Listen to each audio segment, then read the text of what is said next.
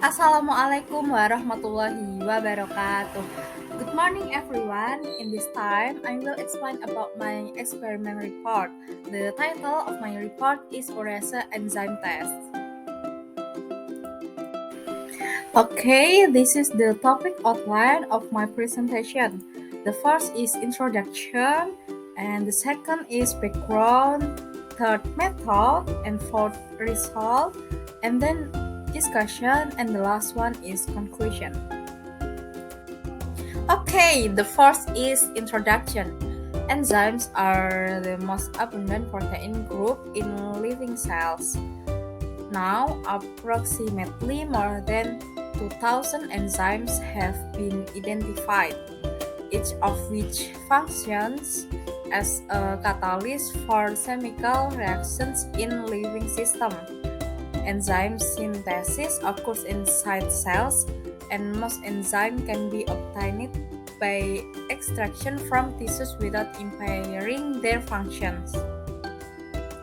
As catalysts, enzymes are different from simple inorganic and organic catalysts, which generally can catalyze various chemical reactions.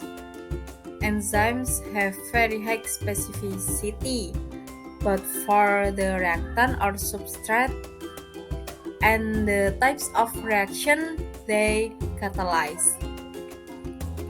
In general, an enzyme catalyzes only one type of reaction and acts on a particular substrate.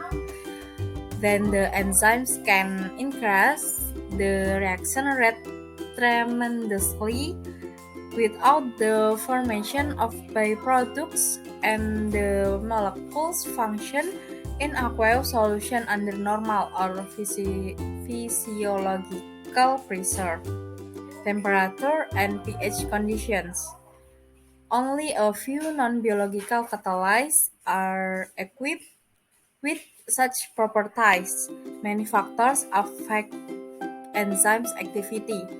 Some of the important ones are temperature, pH, enzyme concentration, and substrate concentration. The purpose of my experiment is to prove that inside suspension contains the enzyme urease. Next is background. The urea substrate by the urease enzyme in the soybean suspension will be broken down into ammonia or NH3 and carbon dioxide gas or CO2. The resulting ammonia compound is alkaline, so the pH of the solution rises. As a result, phenolphthalein in a solution that was originally colorless turns pink. The activity of the urease enzyme can be inhibited by heavy metal inhibitors such as Hg2+ or Pb2+, and is damaged at 100 degrees Celsius heating. Next is method urease test. The first, preparing the ingredients and clean and dry 3 test tubes. Then labeling each tube, then adding 1 milliliter of urea solution into tubes 1 and 2, and then adding 10 drops of soy suspension into tube 1 and add 2 drops of phenolphthalein, and then adding 10 drops of heated soybean suspension into tube 2 and add 2 drops of phenolphthalein. In tube 3, adding 10 drops of soybean suspension, then 10 drops of 1% HgCl2, then 1 milliliter of urea solution, and 2 drops of phenolphthalein. And last, observing the appearance of pink color. Okay, the next is result. In tube 1, when we add 1 milliliter urea solution 1% and 10 drops of soy suspension and 2 drops of phenolphthalein, the color was changing. And in tube 2, when we add 1 milliliter of urea solution 1% and 10 drops of heated soy suspension and 2 drops of phenolphthalein, the color was not changing. And in tube 3, when we add 1 milliliter urea solution 1% and 10 drops of soy suspension, 2 drops of phenolphthalein and 10 drops of HgCl2 1% solution, the color was not changing. Okay, the next is discussion. In tube 1, the color is changed because of the activation of the urease enzymes. So the urea is broken down into ammonia and carbon dioxide.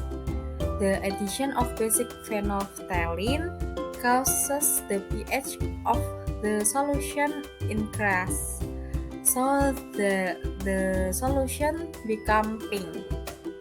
In tube 2, no color change because the enzymes is denatured.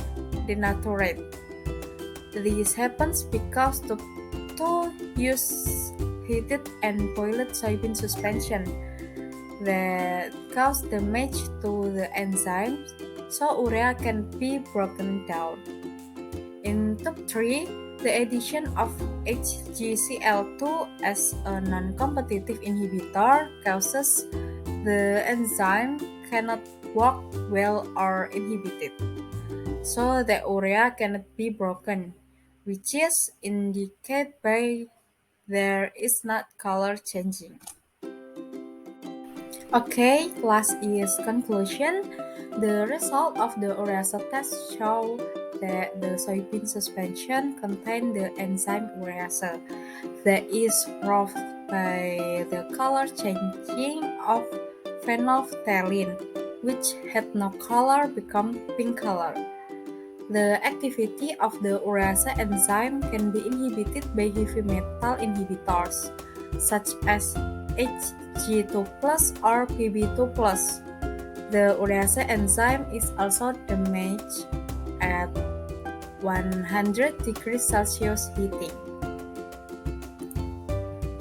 Okay, that's all from me. Thank you for your attention and see you next time. Wassalamualaikum warahmatullahi wabarakatuh.